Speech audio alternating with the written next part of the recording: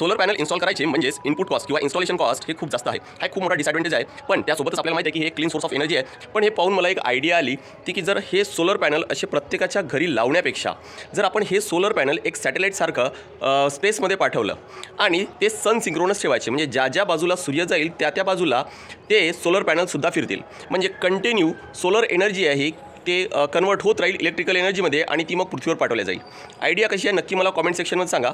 जर ही आयडिया आवडली नसेल तर मग पृथ्वीवर ज्या ज्या ठिकाणी सोलर एनर्जी पडत आहे, फॉर एक्झाम्पल आपल्या घराच्या भिंती आहेत किंवा आपण ज्यावरून जातोय चालतोय गाड्या घेऊन जातोय ते रोड्स आहेत, ते सुद्धा जर आपण सोलर पॅनलचे जर बनवलेत तर काय होणार, भरपूर एनर्जी आपल्याला मिळवता येईल. बरं, ही पण जर आवडली नसेल तर एक माइंड ब्लोईंग आयडिया सांगतोय की हे जे आपल्याला घातलेले शर्ट्स आहेत किंवा कपडे आहेत यांच्यामध्ये काही असं करता आलं की त्याच्यामध्ये सुद्धा सोलर एनर्जी इलेक्ट्रिकल एनर्जीमध्ये आपण कन्वर्ट करू शकलो तर काय होईल, मोबाईल खिशात टाकला की लगेच चार्ज होईल, पॉवर बँक कॅरी करायची सुद्धा गरज नाही.